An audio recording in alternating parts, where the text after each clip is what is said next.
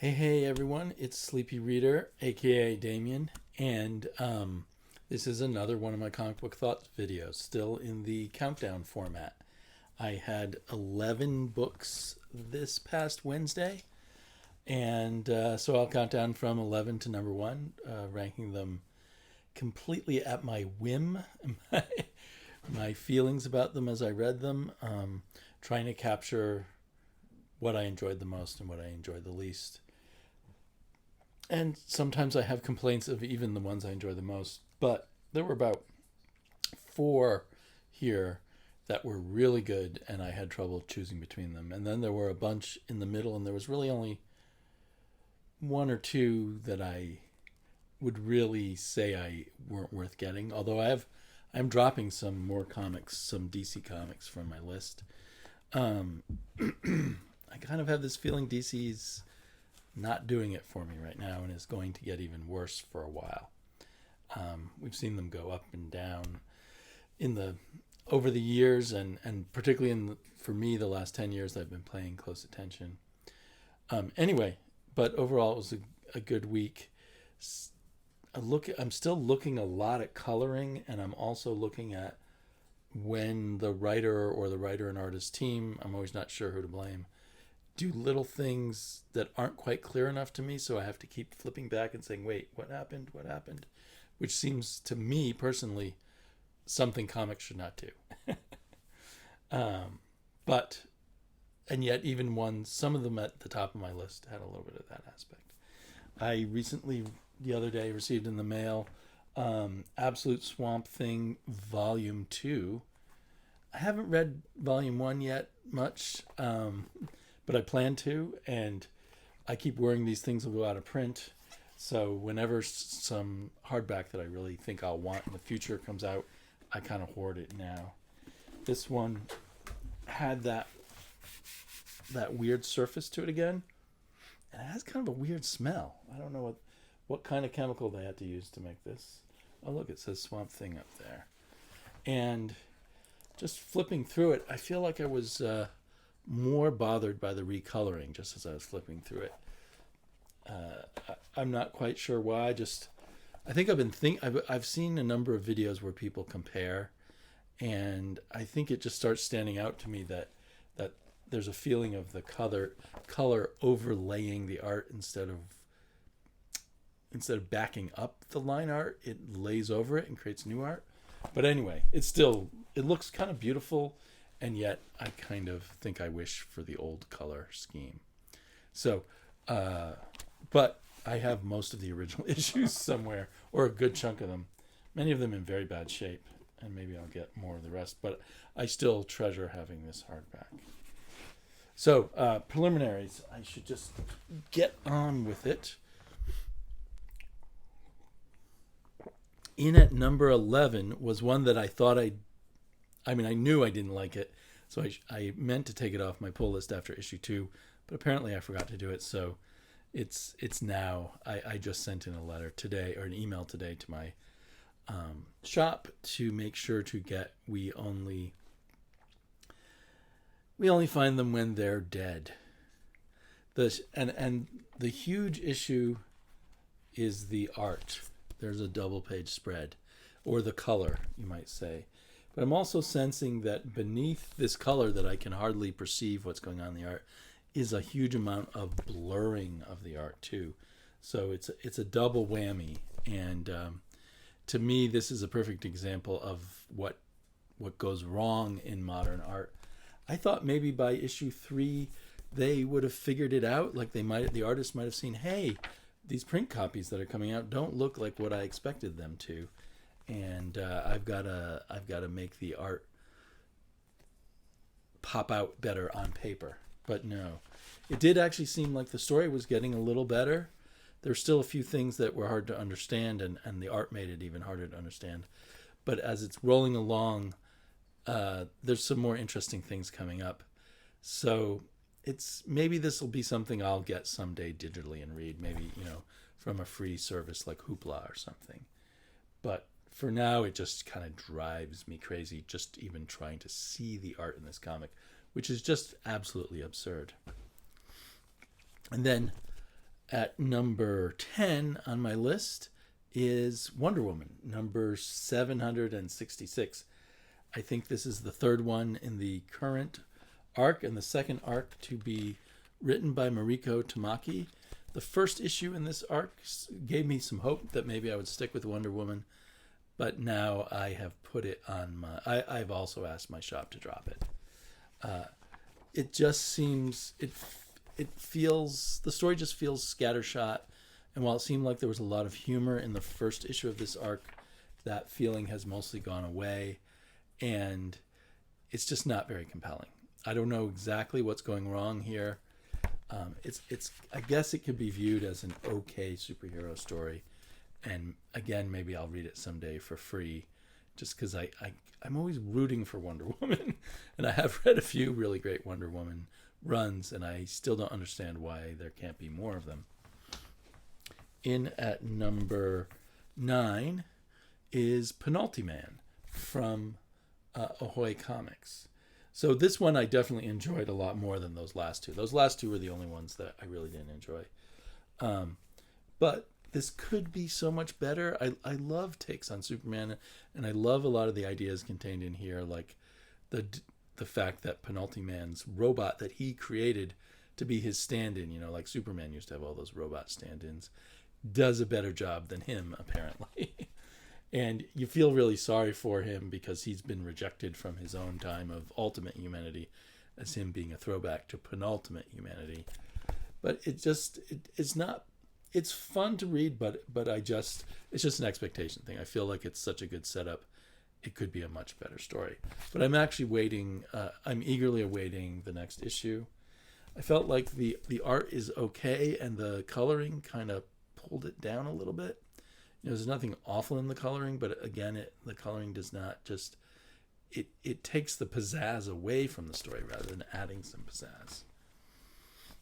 On the other hand, my number 8, Detective Comics, had fantastic art and fantastic coloring, and I think this may be my favorite cover of the week. Very cool cover where, as you start looking at it, you see Batman reflected in the mirror costume of the mirror.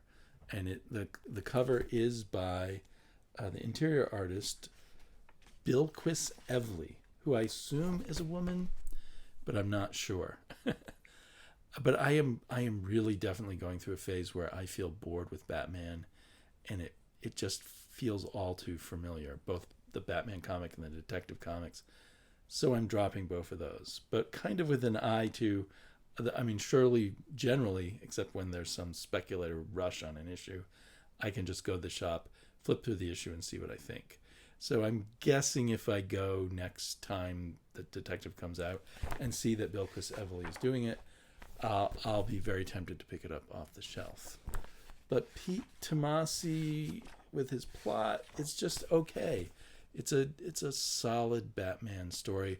I do like the inference of Robin working on his own, Damian Robin working on his own, having renounced the Robin name, and he's up to something and doing his own detecting, and that's pretty cool. So I think that was my favorite part of it. It's kind of cool with the giant bat family, but on the other hand, it almost seems ridiculous. And also, it's now become kind of a... Getting together the Bat family has now become kind of a cliche of Batman, modern Batman comics too, and it just feels a little bit rote. But again, Bilquis Evely, wonderful, wonderful artist. Does this mean she's not working on the Sandman book that she's been working on? That she's moved over to Batman? Or maybe that one ended, because I'm collecting that one in trades, and so I haven't paid close attention. In at number... Whoops. I got a little list here with my numbers, so I don't forget. Keeps me on track. In at number 7 is Robert Kirkman's Oblivion song. As always, always I say the fantastic coloring, the cool alien concept. Things are moving forward. Action is happening. I'm definitely interested. But this book was one of those examples of the writer made it a little harder for me to figure out what was going on. So that was my kind of... This might have... Often this is a high up in my ranking books, but it kind of put it back in the middle because there was some flashing around with time and stuff that wasn't indicated to me, the reader, as easily and smoothly as it easily could have been, with just a single piece of dialogue, or there are 0 caption boxes here, but a little something extra to clue me in on where and when we are, and different scenes in this book could have made this so much more of a better read. But overall, I'm still a big fan of Oblivion Song. Nice cover. I like all the shades of green, but if it could have been a contender for cover of the week if the colors just let it breathe a little more, maybe. I don't know, because you have to really look at the cover to make out what's all the aspects and details of the cover. It takes too long, you might say. Which is, I guess, hypocritical, because I was enjoying the fact that after you look at this cover for a little bit, you discover new aspects, but it's a different thing. Hawkman, number 29. Funny to end on the 29th issue, but it's the final issue of a great Hawkman run written by Robert Venditti with various artists. He had a great artist. Why am I blanking now? He had a great artist for the first 12 issues, and then eventually settled on another great artist, Fernando Passarin, to do most of the issues in the later part of the series. And endings are always a hard part for me, and this is maybe not the best ending in the world, but it works well with everything that's happened, and it was a satisfying ending, and I really appreciated that. So I really enjoyed this issue, not just for itself, but as a capper to one of my favorite DC runs of the past 2 years, I guess. Assuming it's monthly, it's been coming out for a little more than 2 years. Sometimes it's tricky. Some of these books come out twice a month, but I don't think Hawkman was one of them. I do feel like maybe the coloring is not as good as some of the past issues, but that's being picky. Still, I think Jeremy Cox has even the colorist for a while. I'm not sure. At some point, it might have been Sinclair. Anyhow, there was a few quibbles. I enjoyed that there was kind of a coda at the end where Hawkman and Hawkgirl are elderly and I guess close to death. Relatively speaking, they still look pretty healthy, but I mean, they're elderly. There was something odd about how long they had lived for. I don't want to say any more about that right now. In at number 5 is Kaiju Max. This is issue 5, so one more issue to go of season 5 of Kaiju Max. I loved Kaiju Max in season 1 and season 2, pretty much in season 3 too. And season 4 and 5 have just been a little less good. And I'll occasionally hit issues that are harder to read for me for whatever reason. And this was one of them. It was a trial issue, and I had to pick it up and put it down a couple of times and flip back and forth in pages. And I'm still not quite sure how all the different threads that were being shown, what they mean. And maybe part of it is he's making fun of Pokemon monsters, partially here. And I maybe have less of almost no Pokemon. I know that Pokemon exist and they have Pokemon fights, right? But that's about all. So maybe that hurt me. But also there was kind of a timeline thing where I wasn't sure, like, if this character was a witness in the same trial or a different trial. There was a retrial or something that some super powerful aliens were asking the Earth people to do, but I don't think it was this trial with the Pokemon, but maybe it was. So anyway, there were too many little areas of confusion that kept this from, being like a top 3 comic for me this week. Although I still love Kaiju Max. And I often think, I don't know, I think the coloring may have been, it's colored by Xander Cannon also, the artist and writer of it. And I think the coloring may have evolved over these 5 miniseries so far. But I like the way it's evolving. It might look even better digitally. I noticed I have the first 2 giant size hardbacks that contain the first 4 seasons, and I noticed that Canon's colors look even better in the giant size format. So even though I'm looking forward to, this is still one I'm double dipping on, I might as well get the last hardback and see those colors there too. And it'll be a different experience when I go back someday and read them all in hardback. Okay, my number 4 book. And for a while I thought this would be number 1, but some other books excited me after reading this, and maybe it was I had lowered expectations of those books.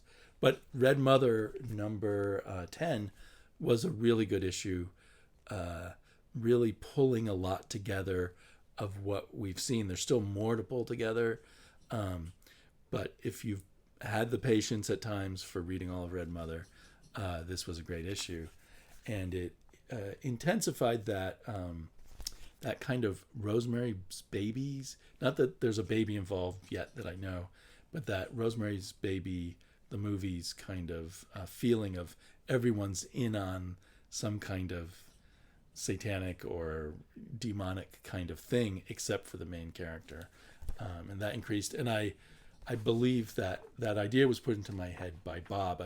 I've now been credited by Jared Osborne for bringing that up, but it was Bob of Everything Comics. Go watch his videos. Who mentioned that first?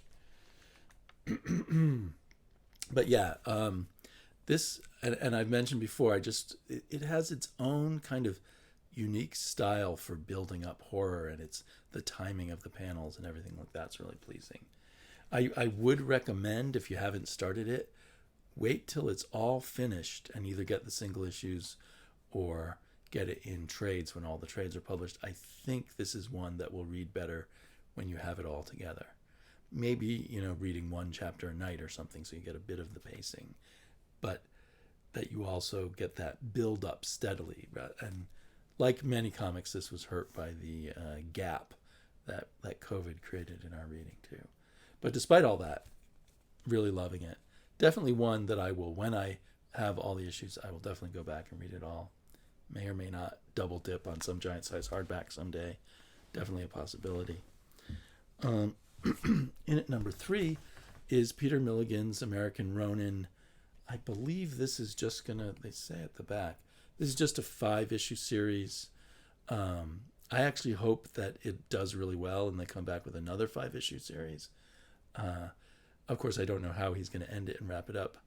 But this, it's kind of a familiar world of evil corporations and their assassins who do their dirty work.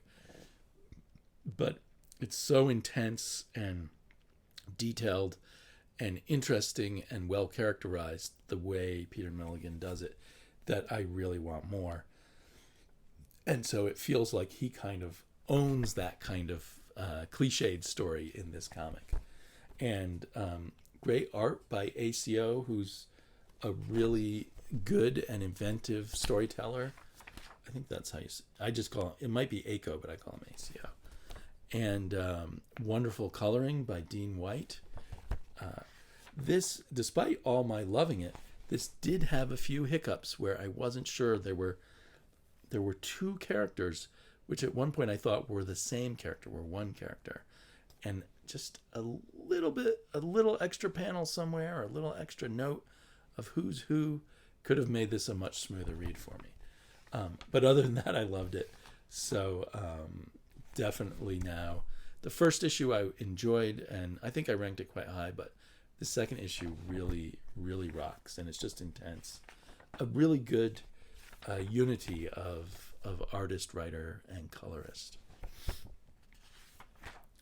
So, in a way, I mean, for my own, Dean White is a wonderful colorist. For my own taste, I almost wish it was a little less intense. But he doesn't ever obscure what's going on or cause any problems, and a lot of times it's quite beautiful. And this one might be one to look at digitally at some point too, just to take in the colors that way. Yeah, so really cool. Kind of depressing, of course, because it's basically a corporate dystopia. And then speaking of dystopias, we've got Rye, which is kind of a post-dystopia apocalypse with Rye stumbling across a artificial intelligence utopia, or is it? And still have some of the love-hate feelings about this art, but it felt a bit easier on the eye this issue, and I'm just really, really, really enjoying the way Dan Abnett, along with his visual team of Ron Jose Ripe and Andrew Dahlhaus, really just make this kind of weird post-human robot world. I mean, there still are some humans, but it's basically post-human world come to life in a kind of road warrior adventure where we go from society to society, and it's the further it goes, the more it feels like it all hangs together into an interesting story. I hope that it's not ending soon. I think someone told me that the original plan was 10 issues, so if so, it's going to end very soon.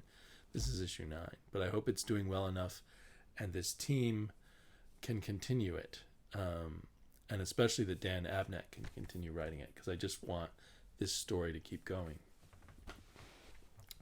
So, and then finally, a kind of outside, unexpected comic came in at number 1 for me. It's called Cutting Edge. It's from Titan, and it is clearly a reprint of a French sci-fi, or not even sci-fi, a French comic album. And this must be the first half. There's 48 pages here, and they charge accordingly. It's a $6 book, and you can tell that it was meant to be published in a different format just by these gaps here. And then sadly, the downside is all the print is kind of tiny,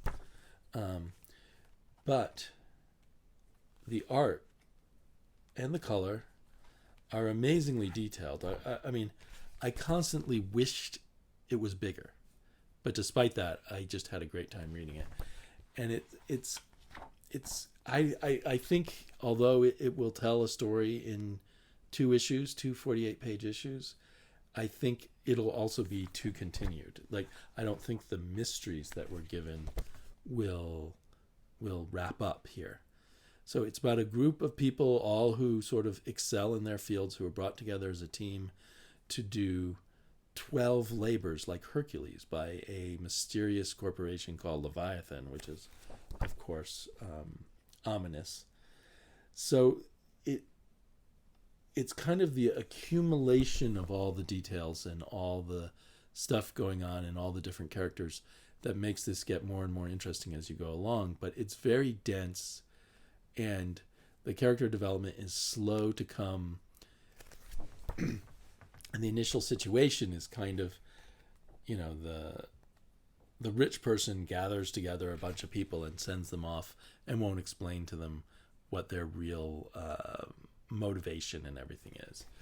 So it's not like the most original, but you get to travel around the world and have beautiful pictures of everything in all these different places.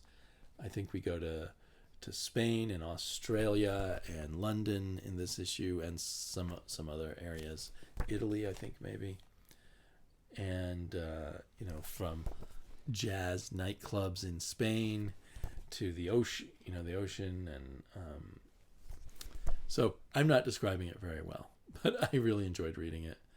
I do think it's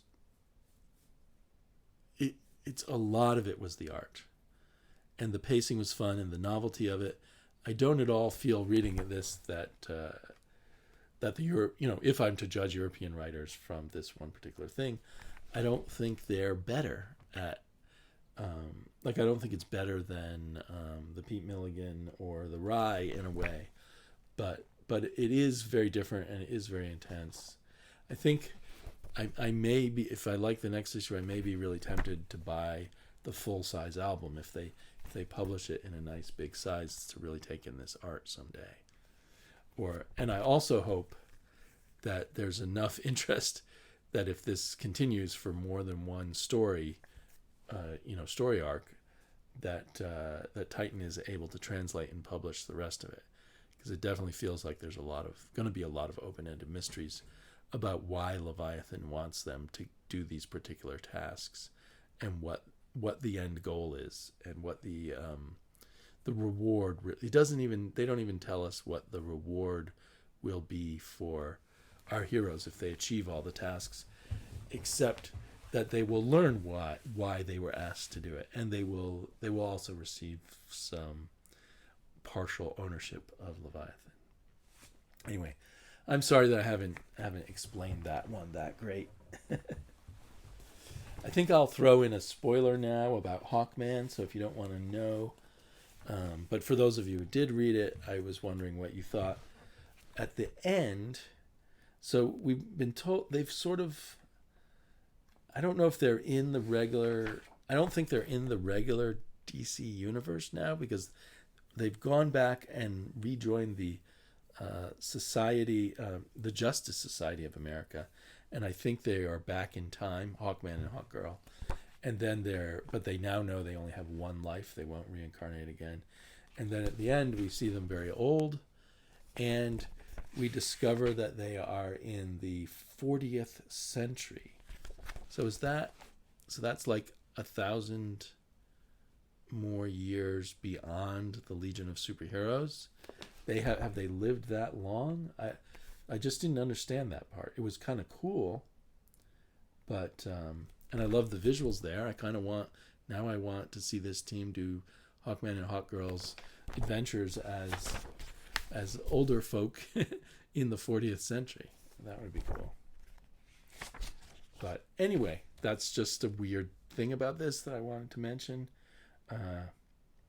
Cool comic. And so it turned out to be quite a good week for me. I know some people had a kind of lesser week of reading comics, but I had a good time, mostly with the indie comics. And so I am looking to double down even more on indie comics. As I mentioned, I dropped Batman, Detective, and Wonder Woman. I dropped a Marvel issue the week before, and I don't have a lot of Marvel, but I may be cutting back on the Marvel I get for now. Or, I may be discovering other Marvel that I need to get. Who knows? So, I will talk to you all again soon. I hope you're having a really good comic book week. And, talk to you all later.